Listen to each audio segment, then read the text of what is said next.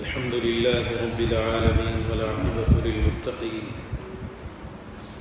والصلاة والسلام على سيد الأنبياء والمرسلين سيدنا محمد وآله وأصحابه أجمعين أما بعد فأعوذ بالله من الشيطان الرجيم بسم الله الرحمن الرحيم قل أعوذ برب الفلق من شر ما خلق ومن شر غاسق إذا وقب ومن شر النفاثات في العقد ومن شر حاسد إذا حسد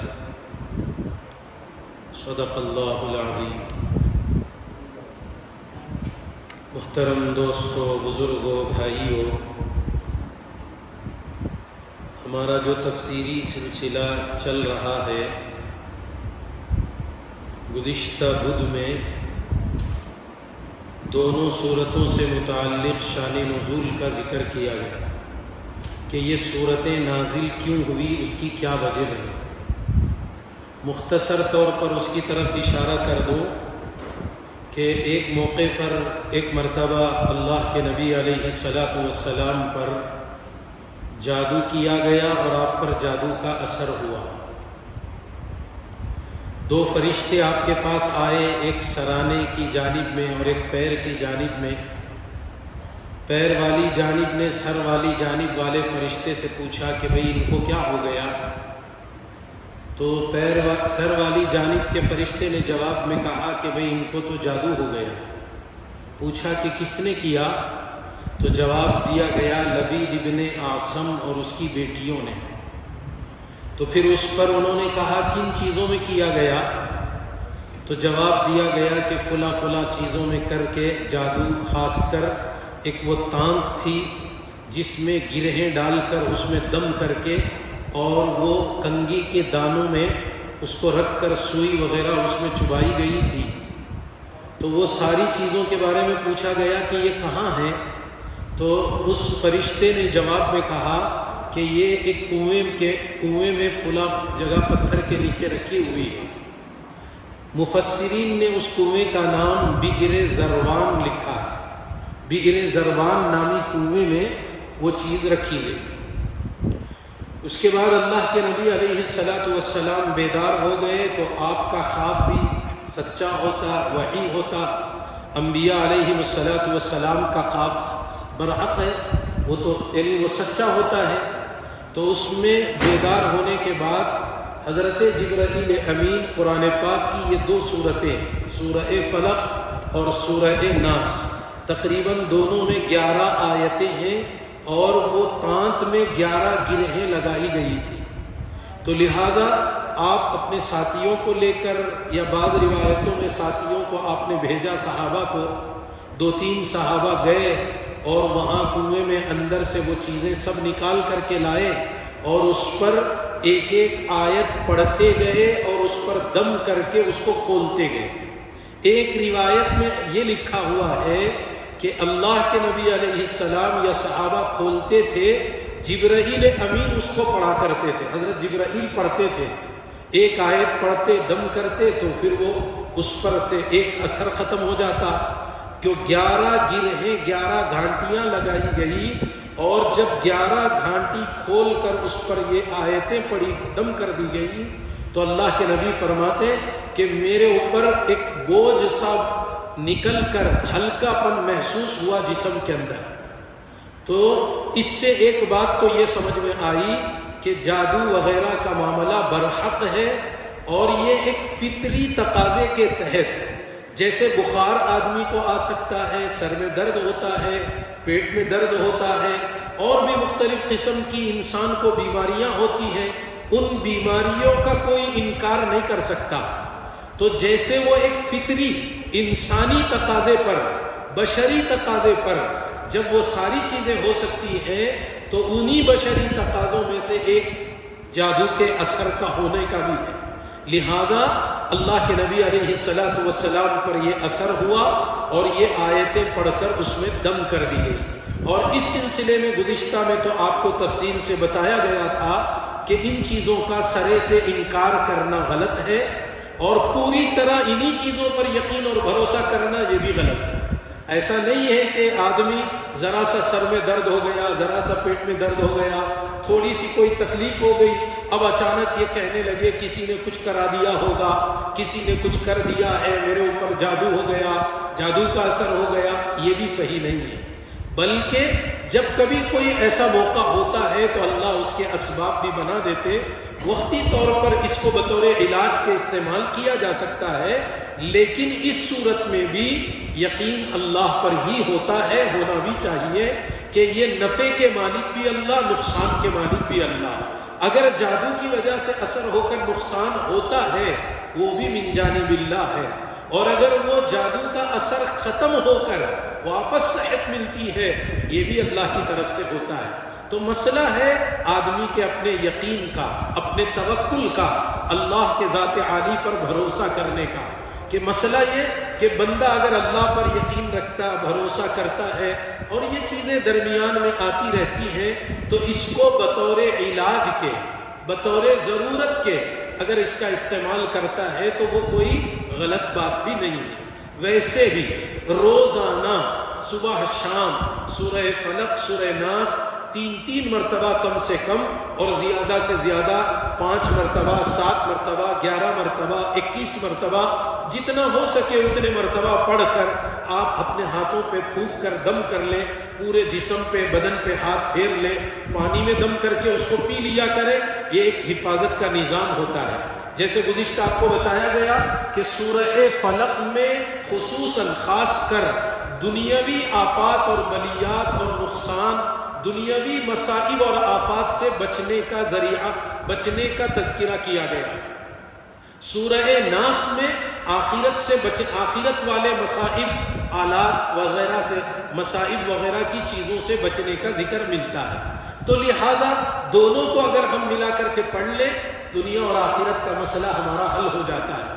اسی لیے گزشتہ آپ کو بتایا گیا کہ ہمیں اپنے گھروں میں معمول بنا لینا چاہیے، خود بھی اہتمام کریں، اپنے گھر والوں کو، بچوں کو، سب کو اس کا معمول بنا دیا کریں، روزانہ صبح شام یہ صورتیں 3 مرتبہ پڑھ کر دم کرنے کی عادت اپنی بنا لیا کریں۔ تو اللہ تبارک و تعالیٰ اپنے کلام کی برکت سے اللہ حفاظت کرنے والے ہیں، حفاظت اللہ کریں گے، اور یہ اللہ ہی کا کلام ہے، ہمارا اس میں اپنا کوئی دخل، اپنا کوئی مسئلہ نہیں ہے۔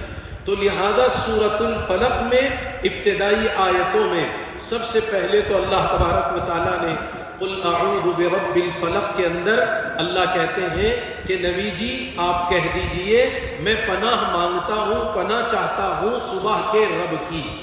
خاص کر اللہ تبارک و تعالیٰ کے لیے صبح کے رب کا ذکر کریں، جبکہ اللہ صبح کے بھی رب ہیں، دوپہر کے بھی رب ہیں، شام کے بھی رب ہیں، ہمیشہ کے رب ہیں، لیکن صبح کے رب کی قسم کھائی گئی، چونکہ عام طور پر ہوتا یہ ہے جتنی برائیاں، جتنے غلط کام کرنے والے رات کی اندھیری میں کرتے ہیں، جیسے ہی صبح سفیدی ظاہر ہونے والی ہوتی ہے لوگ ان چیزوں کو چھوڑ دیتے ہیں۔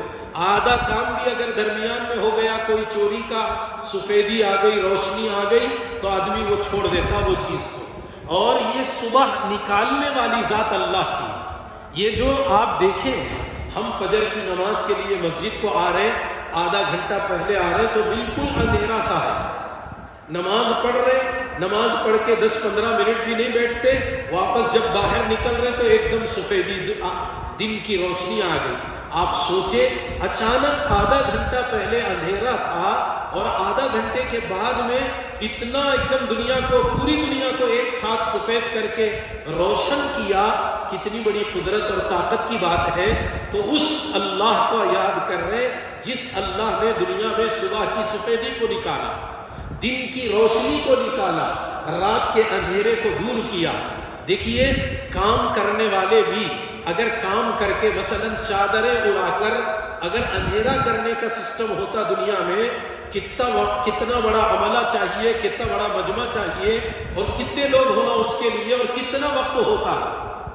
یعنی مثال کے طور پر دنیا کو اندھیرا کرنے کے لیے چادریں اڑانا پڑتا، کوئی چیز اگر ڈھانپنے کی ضرورت پڑتی تو وہ کرنے میں کتنا وقت لگ جاتا، اور اگر پھر وہ اندھیرا ختم کرنے کے لیے چادر وغیرہ نکال کر روشنی کو لانے کا اگر ہوتا تو چادر نکالنے میں کتنا وقت لگ جاتا. لیکن آپ ہم دیکھیں، کبھی غور کریں، 10 منٹ کا فاصلہ بھی نہیں ہوتا، اچانک اندھیرا ختم ہوتے ہوتے سفیدی ظاہر ہو جاتی ہے. دیکھتے دیکھتے پوری دنیا کے اندر یعنی چاروں طرف پوری طرح وہ منور اور روشن ہو جاتا ہے نظام. تو اس لیے خاص کر اللہ تبارک و تعالیٰ کی صفت میں برب الفلق، صبح کے رب کی قسم، صبح کے رب کا ذکر کیا گیا کہ نبی اللہ کے نبی اللہ خود فرما رہے، اے نبی جی آپ کہیے میں پناہ مانگتا ہوں صبح کے رب کی. پھر آگے من شر ما خلق، تمام مخلوق کے شر سے. من شری کے معنی برائی سے، شر سے. اور ما خلق میں ما کا جو لفظ عربی میں آتا ہے وہ عام ہے، ہر قسم کی، چاہے وہ انسانوں کے قبیل سے، جنات کے قبیل سے، جانوروں کے قبیل سے، کسی بھی اعتبار سے ہونے والی شر اور برائی ہے، ان تمام شرور سے اللہ سے پناہ مانگنے کا ذکر آیا ہے. کیا مطلب؟ ہم صبح سویرے اگر یہ سورت پڑھتے ہیں تو اس کا مطلب یہ ہم اللہ سے درخواست کر رہے ہیں کہ اے اللہ ہر قسم کے شر سے تو آج کے دن میں ہماری حفاظت فرما. چاہے وہ شر انسانوں کی طرف سے آئے، چاہے وہ شر جنات کی طرف سے آئے، چاہے وہ شر جانوروں کی طرف سے. مثلا موذی جانور ہوتے ہیں، تکلیف دہ جانور، نقصان پہنچانے والے، سانپ ہے، بچھو ہے، وغیرہ وغیرہ، کوئی بھی ہو سکتا ہے. کتنے ایسے واقعات ہوتے ہیں، ایک آدمی راستے میں چل رہا، اچانک کوئی بیل آ کر کے اس نے اس کو مار دیا، اب اچانک اس کا انتقال ہو گیا، یا کوئی بھی ایسے حادثات ہو سکتے ہیں. ہر قسم کے شر سے پناہ مانگنے کا ذکر اس آیت میں کیا گیا. رہا مسئلہ شر، برائی دو قسم کی ہوتی ہے. ایک برائی ہے جو براہ راست یعنی بغیر کسی واسطے کے سیدھے سیدھے انسان کسی مصیبت میں چلا گیا، کسی تکلیف میں پہنچ گیا، کوئی رنج اور غم کی خبر اس کو مل گئی، یہ بھی ایک قسم کی تکلیف اور مصیبت، یہ بھی شر ہے. اور ایک شر ہے جو آلات اور اسباب کے طور پر ہوتا ہے. جیسے ایک آدمی کافر کفر کرتا ہے، مسلمان اگر گناہ کرتا ہے تو گناہ انسان کے لیے نقصان کا ذریعہ ہے، نقصان اس کے ذریعے سے انسان کو نقصان پہنچتا ہے، کفر کے ذریعے انسان کو نقصان پہنچتا ہے. تو یہاں من شر ما خلق کے ذریعے اللہ خود ہمیں دعا کا طریقہ سکھا رہے اور اللہ خود ہم سے یہ کہلوا رہے کہ ہم یعنی ڈائریکٹ آنے والے آلات، ڈائریکٹ آنے والی مصیبتیں، پریشانیوں سے بھی اے اللہ ہم تجھ سے پناہ مانگتے ہیں، اور ان مصیبتوں سے بھی پناہ مانگتے ہیں جو کسی واسطے سے، ذریعے سے. وہ مصیبت ڈائریکٹ نہیں آتی تھی، ہمیں جاتے جاتے کسی کے بیچ میں گئے، وہ مصیبت ہماری جان پر آ گئی، کوئی معاملہ درمیان کا ہو گیا، وہ پریشانی ہمارے اوپر آ گئی. اس قسم کے شر سے بھی پناہ مانگنے کا ذکر آیا. لیکن ایک بات جو گزشتہ میں بھی آپ کو بتائی گئی کہ من شر ما خلق کے اندر تمام قسم کے شرور کا ذکر آ گیا. اب کوئی اور شر کی شکل باقی نہیں رہی، سب آ گیا. اس لیے کہ اللہ ہم کہہ رہے ہیں من شر ما خلق، تمام مخلوق کے شر سے. مخلوق میں ہر قسم کی مخلوق آ جاتی ہے، چاہے وہ جانداروں میں سے ہو، بے جان چیزوں میں سے ہو، یا کوئی بھی کسی بھی قسم کی ہو. لیکن اس کے باوجود 3 چیزوں کا بطور خاص آگے ذکر کیا گیا. جبکہ ظاہری اعتبار سے اگر دیکھا جائے تو من شر ما خلق میں وہ باتیں آ جاتی ہیں، لیکن ان میں آنے کے باوجود علیحدہ 3 چیزوں کو الگ سے ذکر کرنے کا مقصد، اس کا مطلب ہوتا ہے جس کی وجہ سے خاص کر کے 3 چیزوں کا ذکر کیا گیا. پہلی چیز اس میں سے من شر غاسق اذا وقب، اندھیرے کے شر سے جب وہ پوری طرح اندھیرا چھا جائے. من شر غاسق، غاسق کہتے ہیں رات، اندھیرا، اندھیرے کو. اسی لیے بعض مفسرین نے اس کا ترجمہ کیا رات کے شر سے جب وہ اچھی طرح آ جائے، رات بڑھ جائے، زیادہ ہو جائے. تو ایک ترجمہ اس کا کیا گیا من شر غاسق اذا وقب کا، غاسق کا ترجمہ رات سے کیا گیا، رات کے شر سے جب اس کا اندھیرا اچھی طرح چھا جاتا ہے.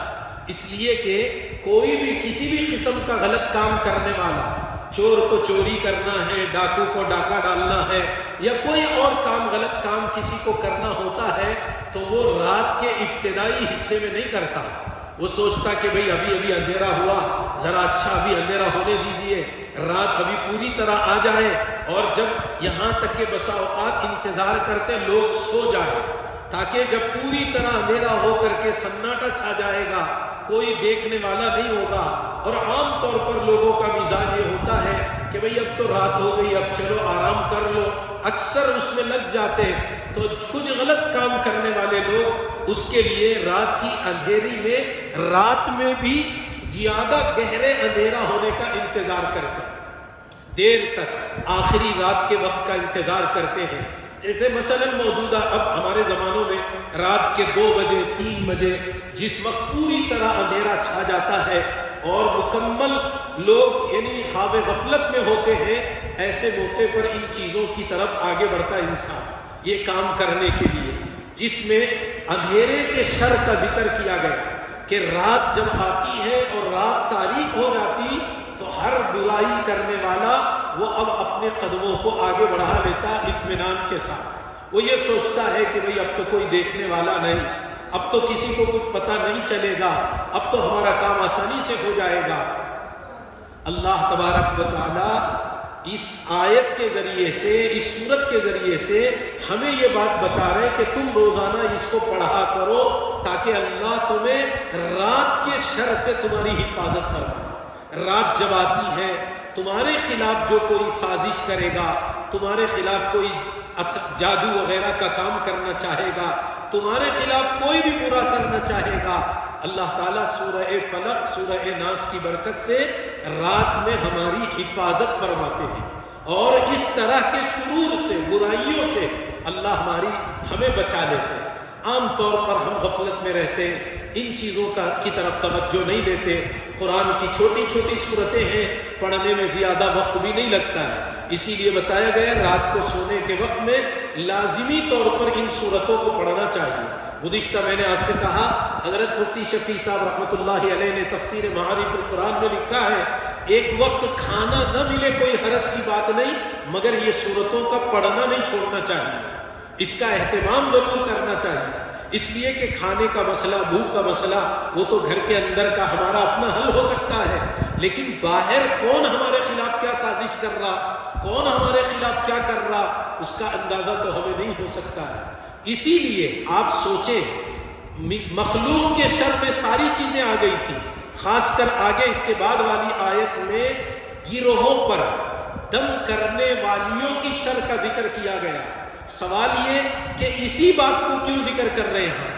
اور بھی بہت سے شرور ہو سکتے نا، بہت سے نقصان دہ کرنے والے، مثال کے طور پر کوئی گاڑی ہماری چرانا چاہتا ہے، ہماری گاڑی کی بیٹری چرا لیتا ہے، ہمارے گھر کے باہر کوئی چیز رکھی ہے وہ چرا لیتا ہے، کوئی ہمارے گھر کے جاتے جاتے کوئی نقصان پہنچا کے چلا جاتا ہے، ان میں سے کسی کا ذکر یہاں نہیں کیا گیا، مگر یہاں جو کیا گیا خاص کر وَمِن شَرِّ النَّفَّاثَاتِ فِي الْعُقَدِ، گروہوں پر، گھانٹیوں پر، دم کرنے والیوں کی شر سے پناہ مانگنے کا ذکر آیا ہے۔ کیوں یہی بات ذکر کی گئی؟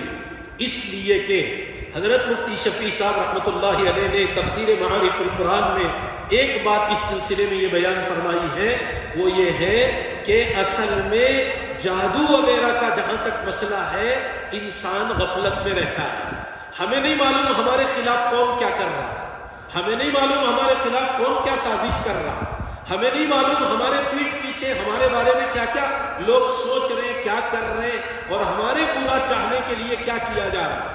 بظاہر کبھی ہمیں شدید سر میں درد ہے، پیٹ میں درد ہے، فلاں میں تکلیف ہے، ہم جا رہے ہیں علاج پر علاجیں کرا رہے ہیں، دوائی لے رہے ہیں، سب کر رہے ہیں، مگر ہماری تکلیف بھی دور نہیں ہو رہی، اس لیے کہ وہ ایسی تکلیف ہے جس کے بارے میں ہمیں اندازہ نہیں ہے، جس کے بارے میں ہمیں پہلے سے خبر نہیں ہے، جس کے بارے میں کافی دنوں تک لوگ اس کی طرف توجہ نہیں دیتے۔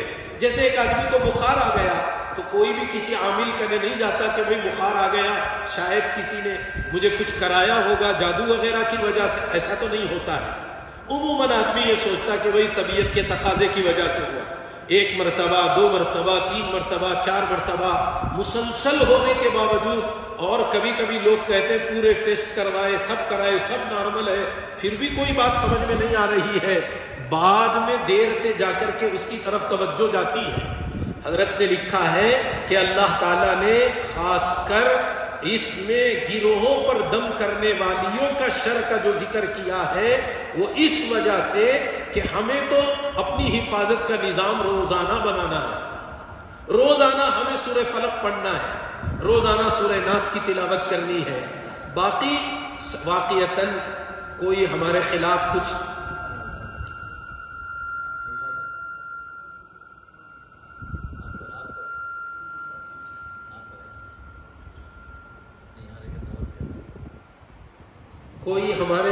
کچھ کرے نہ کرے، ہمیں تو اپنی حفاظت کے لیے اس کی تلاوت کرنا ہوتا ہے۔ اسی لیے اللہ تبارک و تعالیٰ فرما رہے رات کے اندھیرے کے شر سے جب وہ اچھی طرح چھا جائے، اچھی طرح آ جائے، اور پھر آگے کہہ رہے وَمِن شَرِّ النَّفَّاثَاتِ فِي الْعُقَدِ، گروہوں پر دم کرنے والیوں کے شر سے۔ نفاسات عربی میں مؤنث کا لفظ ہے، حالانکہ نفاسات کے ذریعے کچھ کرتے رہے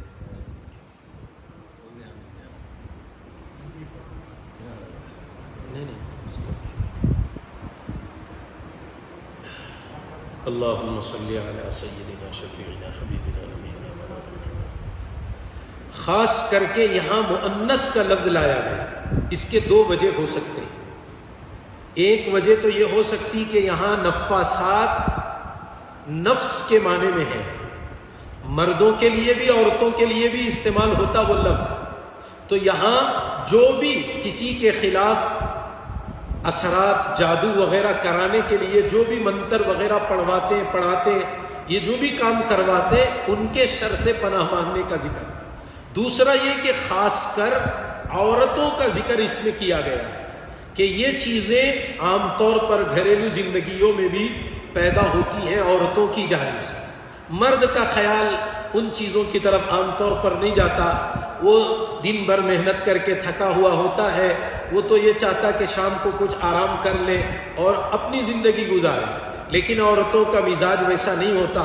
شام کو جب مرد گھر آتا ہے، اب اس کے سامنے کچھ نہ کچھ باتیں ہوتی رہتی ہیں، تمہارے بھائی کی بیوی نے کیا، والدہ نے کیا، بہنوں نے یہ کیا، فلاں نے کیا، وہ کیا۔ اب وہ باتیں ہوتے ہوتے وہ چیزیں آگے بڑھتے بڑھتے پھر ان چیزوں کی طرف توجہ زیادہ چلی جاتی ہے، یا اس میں عام طور پر عورتوں کا دخل زیادہ ہوتا ہے ان چیزوں کی وجہ سے کہ بھئی اب ان کا منہ بند کرانا، ان کو خاموش کرانا، اس کے لیے کاتبی کرنا پڑتا، اب چپکے رہے تو زیادہ دن نہیں چلتا۔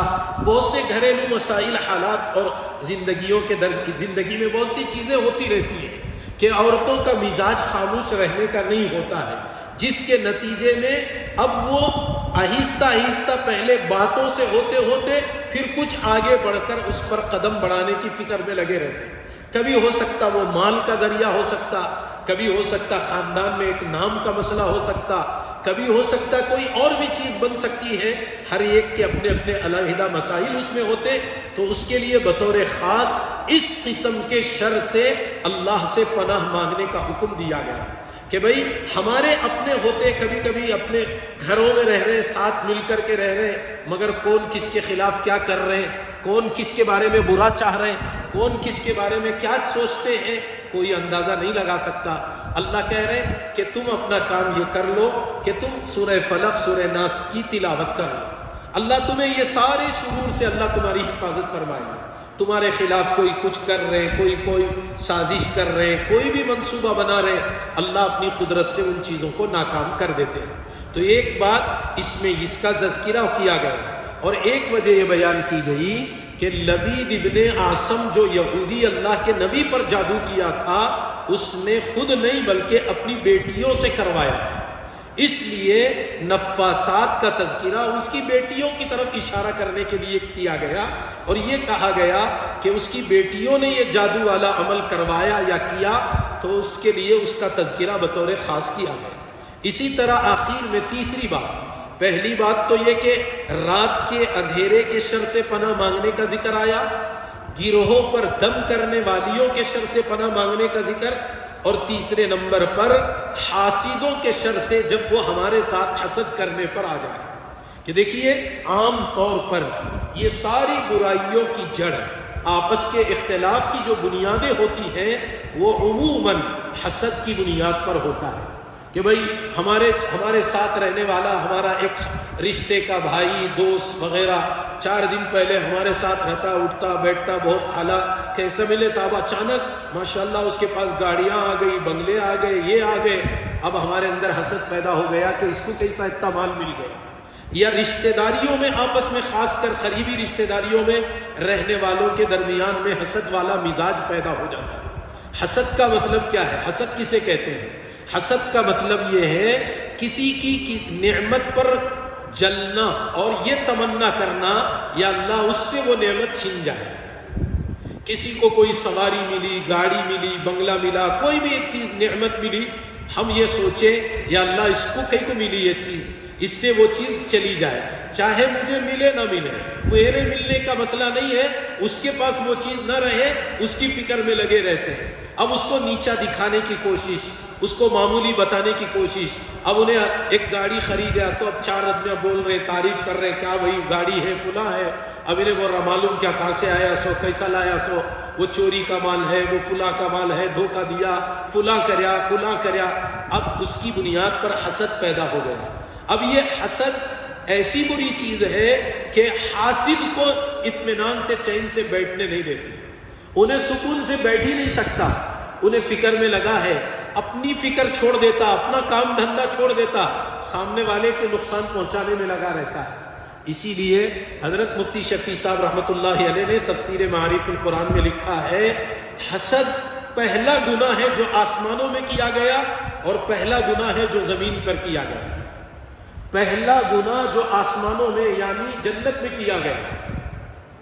ہمیں اور آپ کو معلوم ہونا چاہیے حضرت آدم علیہ السلام کی پیدائش سے پہلے اللہ نے فرشتوں کو، جنات کو، شیاطین کو پیدا کیا.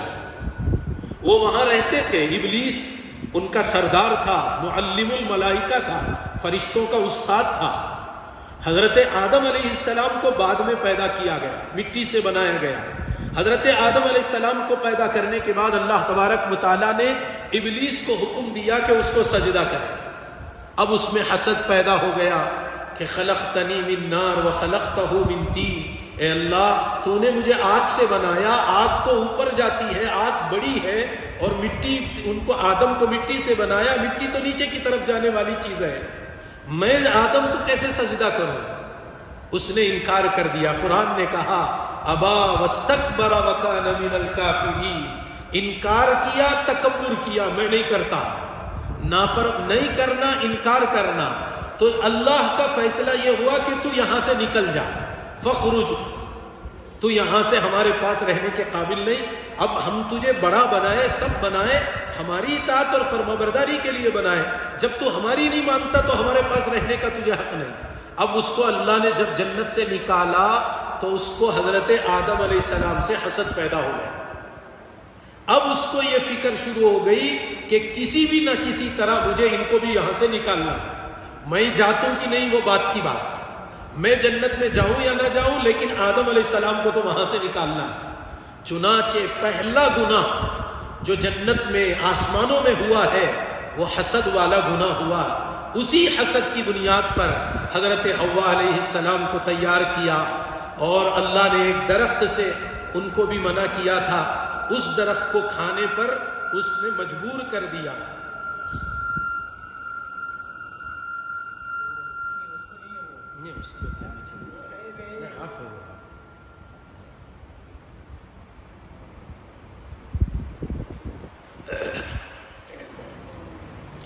حضرت حوا علیہ السلام کے ذریعے سے آدم علیہ السلام کو اس درخت کے کھانے پر مجبور کروایا، یہاں تک کہ حضرت حوا، حضرت آدم علیہ السلام نے جب کھائے اللہ نے ان کو بھی جنت سے نکال دیا.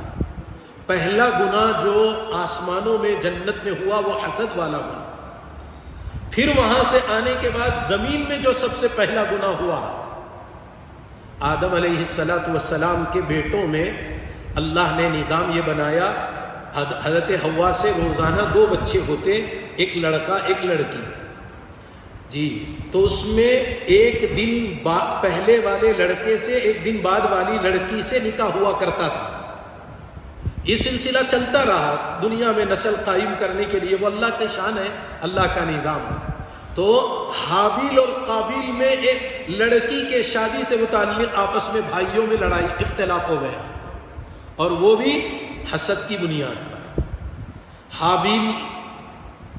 حابیل کے جس لڑکی سے نکاح کرنے کا موقع یعنی ترتیب تھی، اس سے قابیل نکاح کرنا چاہتا تھا۔ آدم علیہ السلام نے کہا کہ بھائی وہ تیری سگی بہن ہے، تو نہیں کر سکتا اس کے ساتھ، وہ تو حابیل کے ساتھ۔ اس نے اصرار کیا۔ حضرت آدم علیہ السلام نے کہا دونوں بیٹوں سے کہ بیٹا ایسا کرو، اللہ کا حکم یہ کہ دونوں اپنی اپنی قربانی پیش کرو۔ وَاتْلُ عَلَيْهِمْ نَبَأَ ابْنَيْ آدَمَ بِالْحَقِّ إِذْ قَرَّبَا قُرْبَانًا فَتُقُبِّلَ مِنْ أَحَدِهِمَا وَلَمْ يُتَقَبَّلْ مِنَ الْآخَرِ قَالَ لَأَقْتُلَنَّكَ انما يتقبل اللہ من المتقین۔ تو اس نے دونوں کی قربانی پیش کی گئی، حابیل کی قبول ہوئی، قابیل کی نہیں ہوئی۔ قابیل نے کہا نہیں میں نہیں مانتا، اب اس کے بدلے میں تجھے قتل کر دوں گا۔ حابیل نے جواب میں کہا لئن بسطت الی یدک لتقتلنی ما انا بباسط یدی الیک لاقتلک، اگر تو مجھے قتل کر دے، مار دیتا ہے، میں تجھے کچھ نہیں کروں گا، تیری مرضی ہے۔ لیکن قابیل نے حابیل کو قتل کیا، قتل کرنے کا سبب حسد بنا۔ یہ پہلا گناہ جو دنیا میں پیش آیا یہ حسد والا گناہ تھا۔ یہ ہے حسد کا انجام، حسد کا نتیجہ۔ بلا وجہ حاسد اتنا پریشان ہو جاتا کہ اپنے محسود کو جس کے ساتھ حسد ہوا ہے اس سے انتقام، بدلہ، اس کو قتل، اس کو نقصان۔ جیسے کچھ لوگ کہتے ہیں اب اس کو برباد کرے تک میں نہیں چھوڑتا، میرا کیا تبھی ہو جان دے۔ حالانکہ یہ کوئی سمجھداری کی بات نہیں ہے۔ اگر آپ دوسروں کا برا کریں گے آپ کو کیا ملے گا اس کے بدلے میں؟ حسد کے بارے میں بتایا گیا کہ یہ گناہ ہے، بہت بڑا گناہ ہے، اور اس کی سزاؤں کا ذکر باقاعدہ کیا گیا۔ اس لیے ہماری ذمہ داری ہمیں یہ ہے کہ ہمیں کسی کی کسی نعمت سے حسد کرنا نہیں ہے، بلکہ ہم یہ سوچیں اگر کسی کو کوئی نعمت ملتی ہے وہ اللہ کی طرف سے ہے، اللہ کا فیصلہ ہے۔ کسی کی مقدر میں کوئی چیز ہے، اللہ نے اس کو دے دی، ہماری مقدر میں نہیں ہے تو وہ چیز نہیں ملی، اس میں ہمیں پریشان ہونے کی ضرورت نہیں ہے۔ کسی کے مال کو، چیزوں کو، دولت کو، یا کسی کی کوئی بھی نام عہدہ ہو گیا، کسی کا نام ہو گیا، ان چیزوں کو دیکھ کر بھی ہمیں پریشان ہونے کی ضرورت نہیں ہے۔ ہر ایک کی مقدرات طے ہیں، ہر ایک کی مقدرات میں جو جو چیزیں ملنی ہیں وہ ساری چیزیں من جانب اللہ مل جاتی ہیں۔ اسی لیے خاص کر تمام مخلوق کے شر کے ساتھ ساتھ تمام مخلوق کے شر میں یہ چیزیں بھی شامل تھی، لیکن اللہ کہتے ہیں کہ آپ لوگ اپنی دعاؤں میں اور ان صورتوں کے ذریعے روزانہ صبح شام کے اوراد کے ذریعے حاسدوں کے حسد سے بھی اللہ سے پناہ مانگو، اللہ سے پناہ چاہو۔ کبھی کبھی ہوتا ہے خود آدمی ہمارے اپنے ساتھ میں رہتا ہے، بھائی ہے، بہن ہے، رشتہ دار ہے یا دوست ہے، جو بھی ہے، مگر ساتھ رہتے رہتے حسد پیدا ہو جاتا ہے، حسد کرنے والے ہو جاتے ہیں۔ انہوں سوچتے ہیں اتنا اس کو کئی کو، اتنی چیزیں اس کے پاس کئی کو، یہ ساری سہولتیں کئی کو، فلاں کئی کو۔ اب اس حسد کی وجہ سے نقصان پہنچانے کے لیے کچھ نہ کچھ کرنا انسان کو پڑتا ہے۔ لہذا اللہ تبارک و تعالیٰ نے سورہ فلق میں دنیاوی جو شرور، آفات اور بلیات ہیں ان سے بطور خاص پناہ مانگنے کا ذکر کیے، اور اس آیت میں بھی کہتے ہیں وَمِن شَرِّ حَاسِدٍ إِذَا حَسَدَ، یعنی میں پناہ چاہتا ہوں حاسد کے شر سے جب وہ حسد کرنے پر آ جائے۔ ابھی مزید ان 3 آیتوں میں 2 آیتوں میں قید لگائی گئی اور ایک آیت کو مطلق ذکر کیا گیا، یعنی خالی ایسے ہی تذکرہ کیا گیا۔ اس سلسلے میں کچھ باتیں انشاءاللہ اگر اللہ موقع دے آئندہ مرتبہ اس کا مختصر ذکر کر کے آگے کی صورت انشاءاللہ پڑھ لی جائے گی۔ اللہ تعالیٰ سے دعا کریں اللہ تعالیٰ ہم تمام کو صحیح معنوں میں سورہ فلق، سورہ ناس کے روزانہ صبح شام اہتمام کی اللہ ہمیں توفیق عطا فرمائے. ہمیں اپنے گھروں میں اپنے بچوں کو سب کو اس کا معمول بنا کر اس سے فائدہ اٹھانے کی اور ہر طرح کے فتن اور شرور سے اللہ ہم سب کی حفاظت فرمائے. دنیا اور آخرت میں اللہ اپنے کرم سے عافیت والی زندگی مقدر فرمائے. اللہ فتن اور شرور سے اللہ ہم سب کی حفاظت فرمائے. آمین. وآخر دعوانا الحمد للہ رب العالمین.